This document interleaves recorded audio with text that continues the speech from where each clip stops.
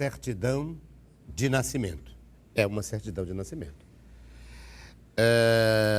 Consta que dia 24 de março de 1991, às 9 horas e 30 minutos em Fortaleza, claro que da manhã, nasceu do sexo masculino o senhor, o menino chamado, que é o nosso dialogador de hoje, e que me trouxe um dos objetos para pautar o encontro, exatamente a sua certidão de nascimento. Ele é o jornalista, o homem de teatro, ator, enfim, dramaturgo, enfim, um encenador, né? E também um militante político, porque ele é suplente de deputado estadual pelo PSOL. E quem é ele que está aqui no nome na certidão de nascimento? Eu vou dizer e vocês não vão adivinhar quem é, porque olha o nome dele, José Arimateia de Oliveira Moura Filho. E daí tem alguém? Não. É porque ele usa outro nome. Ele usa um pedacinho do nome dele e um outro nome para explicar tudo melhor, tá? Ele é Arimateia, mas ele é também Ari. Ele é Ari Areia. Tá aqui ele, Ari Areia. Obrigado, satisfação. Tudo bem que Ari a gente entende, é o nome do pai, é o seu nome de batismo, enfim, de registro, né, oficial. E o Areia? Olha, o Ari Areia surgiu como uma implicância na época do colégio. No meu primeiro grupo de teatro que eu entrei no colégio, as pessoas diziam assim, qual é o teu nome? Dizia Ari, era Ari Filho na época. Sim, e eles tinham montado recente um espetáculo infantil que era Ari Areia.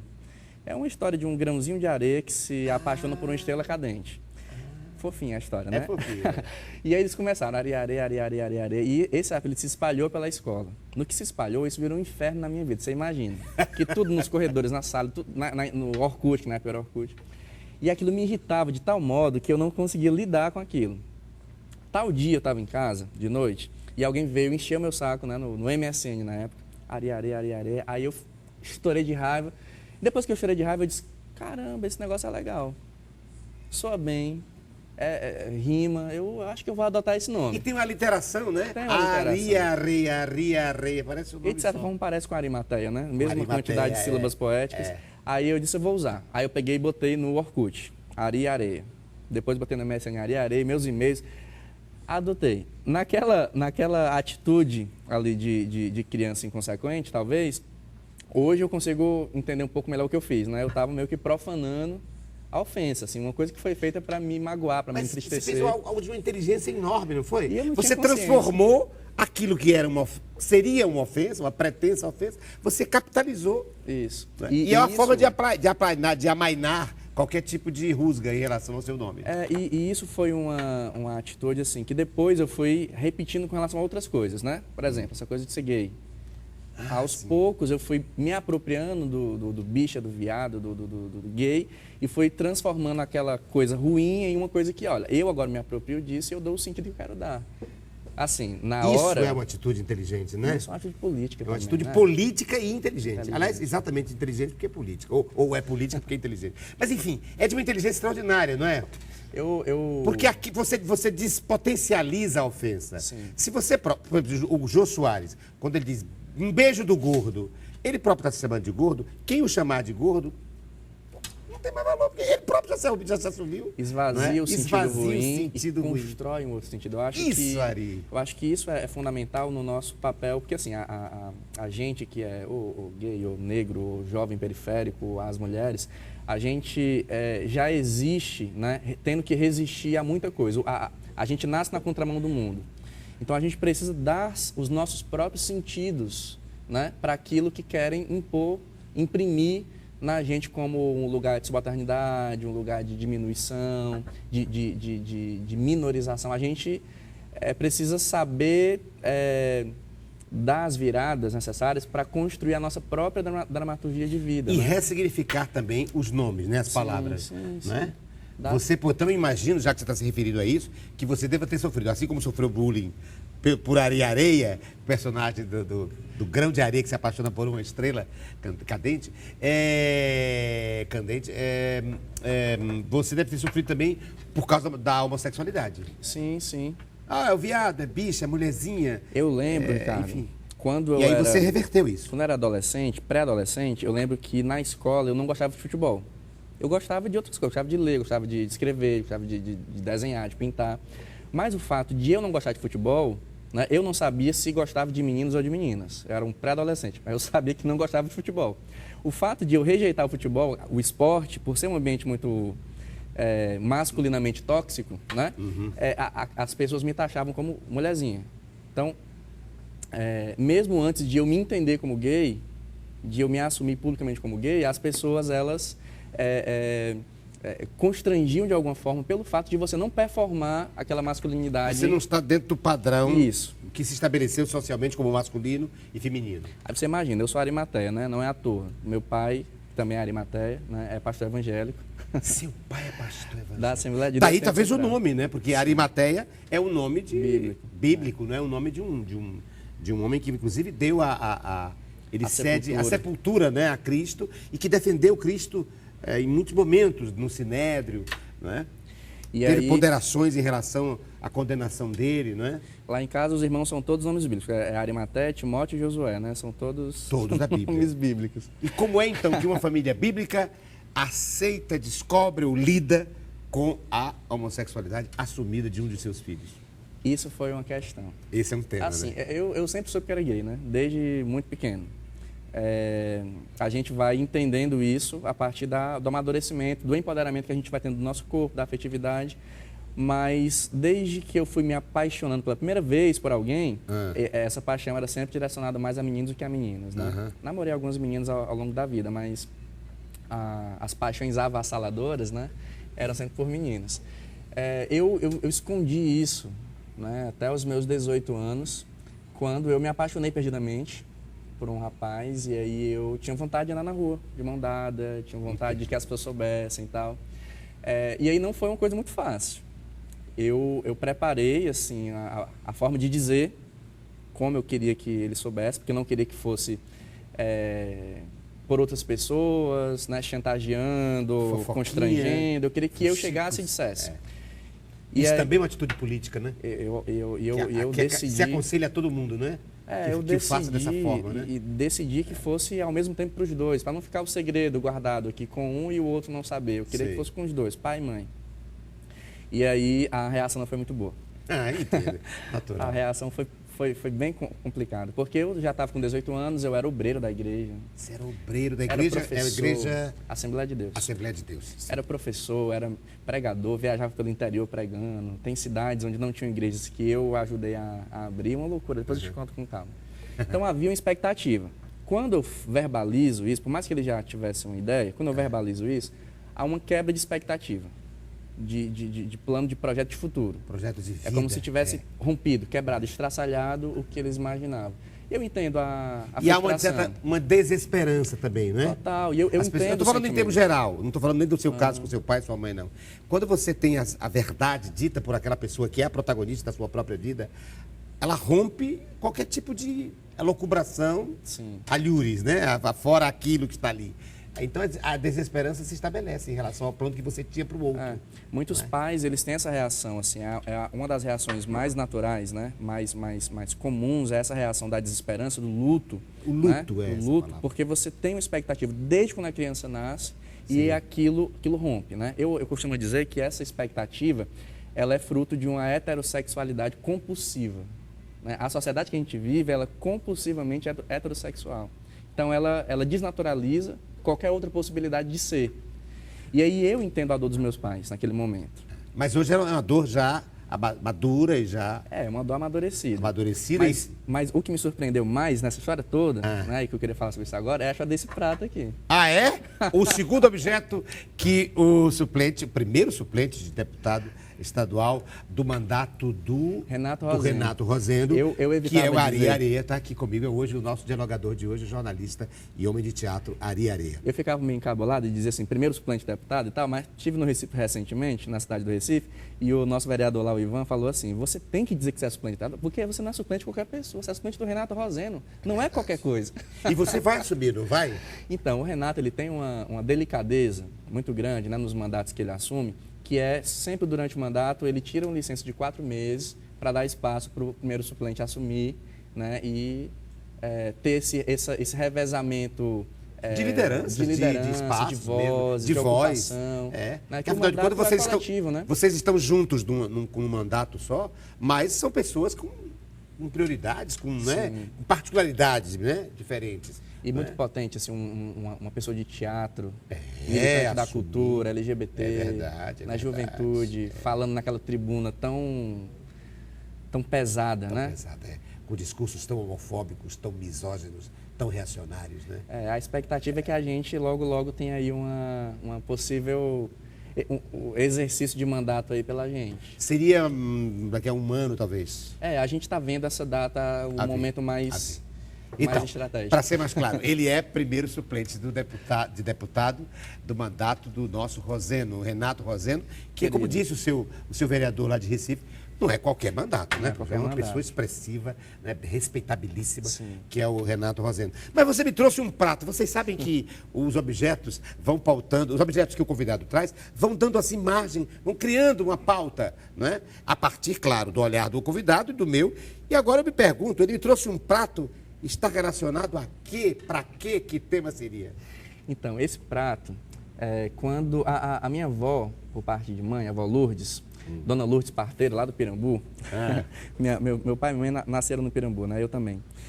Ela também é muito religiosa, diaconisa da Igreja Católica e tudo. Quando eu saí de casa, porque assumi para os meus pais que era gay e tudo mais, eu fiquei morando na casa de amigos enquanto resolvia a minha vida, né? Não tinha para onde ir exatamente, não queria ir para casa de ninguém da família para não gerar um conflito entre meus pais e a família.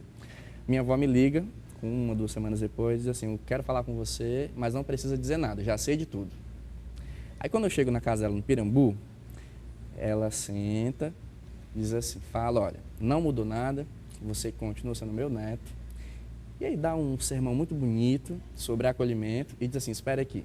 Aí eu fiquei sentadinho na mesa da cozinha, ela foi lá dentro, um passinho lento, e trouxe uma caixa, assim, uma caixinha de papelão quadrada, que tinham 2 pratos, 2 copos de alumínio, 2 xícaras, 2 conjuntos de talher, e ela disse assim, eu não tenho como receber você e seu companheiro, porque minha casa é pequena, mas isso aqui é para você recomeçar a sua vida. E isso para mim foi uma atitude, eu não esperava, e a voz ficou um pouco embargada, porque aquela atitude da minha avó naquele momento foi uma atitude de grandeza humana extraordinária.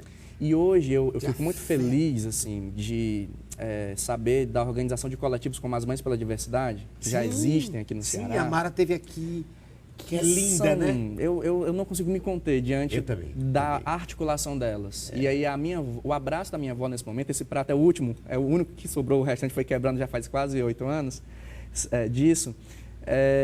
O abraço da minha avó, eu vejo encarnado, né, na existência dessas Mães pela Diversidade. E aí que gesto cristão, não?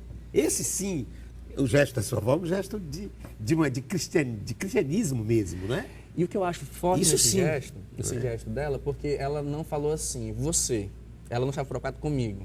Estava preocupada comigo e com quem estivesse comigo. Com o companheiro. Ela falou assim, eu não posso receber vocês de 2 porque eu não tenho, minha casa é pequena. Isso é muito Mas ela separou 2 pratos, dos pratos dela, 2 pratos, 2 talheres, 2 copos e 2 xícaras. Isso para mim foi... E a reconheceu a família, né? Reconheceu Sua avó foi revolucionária, tá acima, tá à frente do STF, tá à frente, não é? De Dona Lourdes Parteira. Dona Lourdes Parteira. Lá do Pirambu. E é bonito também porque ela fez o seu parto, né? Sim, foi como se fosse um parto. Nesse sentido, né? Desse novo areia. Eu me senti realmente nascendo nesse momento. A sensação que eu tenho é essa. Agora você fez a leitura da metáfora, que eu ainda não tinha parado para pensar sobre isso. É como se tivesse sido realmente o parto. Naquelas cozinha, final de tarde, é como se eu tivesse conseguido respirar. Aí eu chorei, porque eu não tinha chorado ainda. Ah, mas tinha que chorar. Ela foi de uma grandeza. Só o telefonema dela é lindo, é dizer, ó, eu já sei, não precisa falar nada. Quer dizer, ela evitou você ter que constranger, poderia se constranger em dizê-la, pela diferença de idade entre vocês dois. Então, a sua avó foi de uma lindeza. Tenho um carinho muito especial por ela. Outra situação de vó que eu lembro... Bonito. Então, esse prato é o seu parto. É um parto, simboliza o parto. É um prato-parto. É um prato-parto. E é um parto do social, não é só do âmbito circunscrito à família. Porque esse gesto é um gesto de acolhimento que representa uma nova sociedade. Sim. Que aceita a diversidade, que não está ligada aos padrões de gênero, né, estabelecidos, compreendendo que isso são padrões sociais construídos historicamente. Então, o gesto da sua avó, não é? E o fato de você trazer esse tema para cá, não é um tema que tem a ver com a vidinha pessoal só do Ari, que já é importante. Mas transcende, entende? Transcende o Ari. Isso é muita areia para o nosso caminhãozinho. É importante trazer isso para um veículo assim, de um alcance grande quanto o seu programa, porque tem muita gente assistindo, talvez pais. E aí é importante que esses pais saibam que abraçar os filhos LGBT é de uma grandeza assim, sem precedentes, porque quando a gente é criança ou adolescente na escola e alguém bate na gente porque a gente é magro ou gordo, a gente chega em casa chorando e fala, me bateram porque eu sou gordo.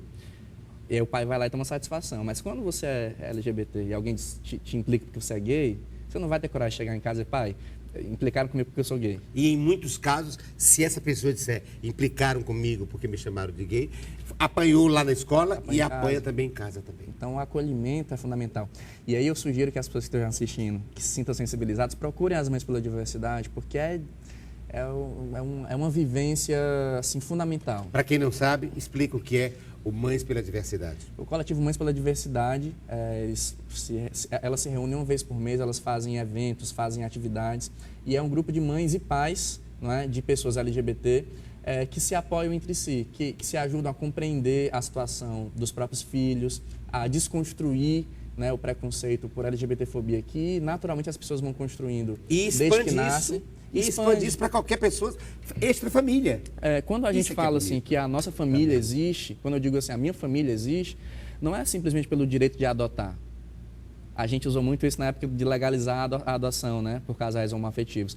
Quando a gente reivindica que a nossa família existe, é no sentido de que a gente tem pai, a gente tem mãe, a gente tem irmão, a gente quer ter um ninho, um lugar em que se apegue, em que se proteja, né? Alguém por quem chamar. Então, as Mães pela Diversidade, para mim, elas são fundamentais. Elas ampliam a ideia de família acolhedora, né? Porque elas abraçam não apenas os seus filhos LGBTs, ela abraça qualquer pessoa, né, em situação de vulnerabilidade que esteja tenha essa condição, né? E elas disputam o sentido. Aquela coisa do areia ou do gay, que a gente vai desconstruir no sentido e construir no outro sentido.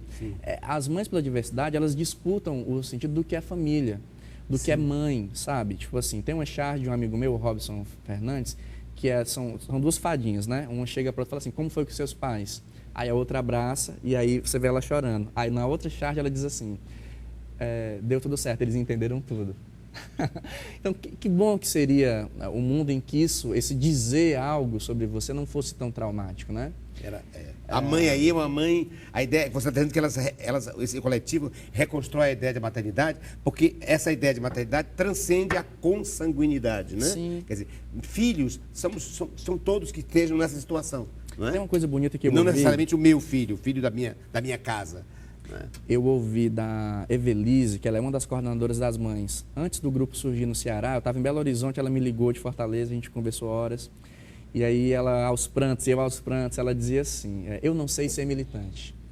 Eu quero aprender com vocês, porque eu sou só uma mãe brigando pelos seus filhos e pelos filhos daquelas mães que não despertaram para essa causa. Isso é de uma grandeza, né? É de Prêmio Nobel da Paz, não é? Inclusive, um beijo aí para as Mães pela Diversidade. Que lindo, que lindo. Obrigado por vocês existirem. É verdade. Todos nós dizemos isso. Eu tive a oportunidade de dizer isso aqui para a Mara, né? A Mara Beatriz. A Mara Beatriz, que esteve aqui, que é uma das coordenadoras, digamos, desse movimento. Mas olha, outro objeto que o Areia me trouxe, militante político, jornalista e homem de teatro, um teatrólogo, né? Um ator, é algo que tem a ver com tudo isso que nós estamos falando. Nós estamos falando assim de LGBTs, mas acho que esse tema aqui transcende, mas também tem um pouco a ver com a história dele. Porque, vejam, ele é filho, a educação dele até os 18 anos era numa igreja evangélica. E, de repente, ele me traz, ao ser convidado para o programa, uma guia de Umbanda, não sei, de Mãe de Santo. Uma guia de Oxalá. Explique-se, areia, e polemize, no bom sentido, essas ideias de religiosidade e de diversidade que não estão apenas circunscritas ao mundo da sexualidade, mas que também abrange a questão das conversões e das convenções religiosas. A minha vida, ela foi desde que eu nasci, assim, desde o berço, ela foi muito imersa na transcendência, na espiritualidade, né? Então, desde muito pequeno, eu fui acostumado aos cânticos, às orações, às leituras, às reflexões espirituais. Quando eu saí da igreja, porque eu achava que a igreja não me cabia, né? Eu lembro que na época eu dizia assim, eu não saí da igreja por nenhum tipo de decepção, por nenhum tipo de constrangimento, saí da igreja por temor, porque eu não queria gerar um constrangimento por ser quem eu era. Eu lembro que me afetou a ausência, a falta, a ruptura com essa coisa do transcendente, né? Dimensão. E eu lembro que eu arrepiava muito, chorava, me emocionava muito ouvindo a Maria Bethânia. E a Maria Bethânia, ela canta, né, as aiabás, ela canta para todos os orixás e tal.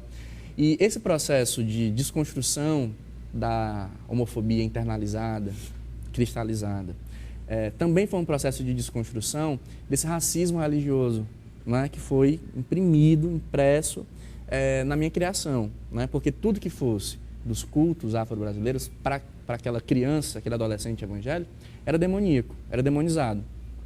Então foi importante para mim o contato com a arte, né, por meio da Bethânia, desconstruir também essa percepção, essa visão. Eu tive a primeira vez numa festa, né, de orixá, num terreiro, há mais ou menos uns 3, 4 anos atrás. E eu lembro que eu fiquei encantado com aquela festa que eu participei, porque era uma festa de candomblé, né? Não era de umbanda, então as canções eram todas em Yorubá, né? E aí eu não entendia nada do que era dito, aquele dialeto, naquele idioma, mas eu fiquei aquelas 2, 3 horas completamente fissurado, assim, fixado nas movimentações, nas danças, porque os deuses dançavam. E os tambores? E os tambores. E aí eu fiz um relato sobre isso, do meu encantamento a partir da dança dos deuses. As deusas e os deuses descendo até nós e dançando diante de nós. Aquilo para mim foi uma epifania. Foi epifania, exatamente, sabe? E aí essa guia eu ganhei de presente de uma mãe de santo, passando por Sobral, né, durante o último processo eleitoral, a mãe Marta, mãe Marta de Oxóssi. A gente nos conhecemos num evento lá de direitos humanos, e ela me abraçou e falou assim, eu gostei de você. Aí me adotou, né? Disse que ia rezar por mim, orar por mim, e tinha um presente para me dar. E aí foi essa guia. E essa guia é de? De Oxalá. Oxalá, mas ela não é, ela é de? Ela é de Oxóssi. Ela é filha de Oxóssi. Mas ela me deu uma guia de Oxalá. Não se sabe por quê? Não sei por quê. Não sabe por quê. Também não sei qual é o meu santo, preciso ainda... Então você não é um convertido, você não saiu de uma religião para outra. Não, eu não... Apenas você entrou, foi uma imersão no universo cultural dessas... Eu não sou candomblessista nem umbandista. Isso. Eu tenho uma reverência, assim, um respeito, né, muito grande pela resistência que são esses cultos, né, diante do processo colonizador que ainda hoje, né, repercute no Brasil, né, demonizando, destruindo esses templos, assim, eles são resistência para manter uma tradição, uma ancestralidade. E eu tenho tentado, né, nos últimos 4, 5 anos, buscar esse reconectar com essa ancestralidade, né, de onde vem essa negritude, né, que corre e pulsa nas nossas veias, e tem me feito bem, assim, ter desconstruído. Continua o tema da aceitação da diversidade, Sim. né? E outra coisa linda é que, para ser aquela famosa frase que a gente podia repetir aqui, quer dizer, você disse que não é um bandista, não se converteu, né, nem necessariamente, mas aí vem a velha frase, para defender a negritude, não precisa ser negro, necessariamente negro. Né? Para defender a comunidade LGBT, não precisa que você seja da comunidade, entende? Para defender, enfim, as mulheres, não é? Não precisa você necessariamente ser mulher. Não é? Então, quer dizer, é um compromisso com a sociedade, com a diversidade, com o respeito humano, com os direitos humanos, independentemente de você ser ou não. Não é? A gente precisa entender assim, todos nós, né, que estamos do lado de cá da força, né, no sentido de que existe uma divisão visível de classes, né? Sim. Nós que estamos do lado de cá, nós sofremos opressões diversas, né? O chão que se esfarela sobre os nossos pés, se esfarela sobre os pés de todos, mas se esfarela sobre os pés de alguns de forma diferente, mais rápido. Muito então, mais. As pessoas negras, né? A juventude negra, ela sente esse chão se esfarelar de uma forma absurda, as mulheres negras, as travestis. Então, o que a gente precisa entender é que o chão está se esfarelando sobre os pés de todos nós. Nós precisamos combinar de não morrer, todos, se aquilombar de alguma forma, para evitar, né, que a morte vá se aproximando dos nossos. Porque se eu não me importo com a opressão que o outro sofre, essa mão, né, capitalista absurda, né, que sufoca o jovem negro, na hora que ele terminar de sufocar lá, ela vai soltar e vai sufocar o que? As mulheres negras, as pessoas do candomblé, as LGBTs, aí logo em seguida as mulheres, e aí chega em todos nós. Porque a mão que oprime, ela sufoca todos nós. Então, é uma percepção de que a luta, ela é uma só. A gente está segmentado nas nossas individualidades e nas nossas especificidades, mas a luta é contra uma coisa só que nos oprime, né? A mãe, quer dizer, deve acolher a todos, mas ela tem que ter um olhar especial para os mais fracos, os oprimidos, sim, aqueles que estão em brutal disparidade, né? Em relação ao dominante, né? O respeito à democracia nem sempre é ter um olhar igual, não é? É ter um olhar, às vezes, diversificado e especial para aqueles que mais necessitam, né? Para aqueles que estão sofrendo, para aqueles que estão sem condições de ascendência, de ascender. E tem um outro aspecto interessante também, me dá aqui. Você falou de... Você está defendendo... Nós estamos aqui defendendo dois aspectos, um da religioso e o outro da sexualidade. E parece, por exemplo, que quando ele foi aceito lá pela vozinha dele, olha aí, qual é o nome dela? Lourdes, Dona Lourdes Parteira. Dona Lourdes Parteira. Quando Dona Lourdes Parteira fez o parto do neto, né, no mundo adulto, etc., ela é um gesto belíssimo e que trouxe a felicidade para você se emocionar até as lágrimas. Mas, no entanto, é aí que eu quero chegar. É que assumir essa, digamos, marginalidade, essa minoria em relação aos oprimidos, não é? Em relação aos opressores, melhor dizendo, não é algo fácil. Não. Por exemplo, uma pessoa, claro, uma pessoa, por exemplo, que é aceita porque porque se descobriu a sua homossexualidade, não significa dizer que agora ela vai para o paraíso, entende? Não. Pelo contrário, ela vai para o enfrentamento dessa sociedade. E eu lembro, Ricardo, ela vai para o embate, né? É uma luta. O momento em que eu decidi, que assim, eu não decidi ser gay, eu sempre fui gay, lindo, né? É prazeroso, é digno, mas é uma luta, não é? É uma luta. O momento em que eu decidi sair da igreja, assim, eu não quero mais ter uma vida dupla, esse momento eu estava no ápice na minha vida religiosa, na minha carreira de pregador, por exemplo. Sabe, eu pregava em grandes templos, aquele templo enorme ali perto do Castelão. Cheguei a pregar ali. Você morreu este e nasceu outro. Isso, eu dei o parto dessa outra coisa do zero. Do zero, realmente do zero, assim. Sem apadrinhamento, sem nada. Para mim foi muito difícil, assim, foi uma escolha muito, muito sincera e consciente. Deixei de lado isso aqui e agora vamos começar isso aqui. E agora a gente deixa de lado essa primeira parte do diálogo e vai para a segunda parte do nosso diálogo com o primeiro suplente deputado do mandato de Renato Roseno, que é o Areia, que está aqui, que é jornalista e homem de teatro e que nos trouxe e vai colocar para o próximo segmento outros objetos que vão pautando, vão dando tema para a nossa conversa. E olha o que nós vamos conversar. Vamos falar sobre o PSOL, vamos falar sobre literatura e vamos mostrar fotografias e fotografias no próximo segmento do programa Diálogo.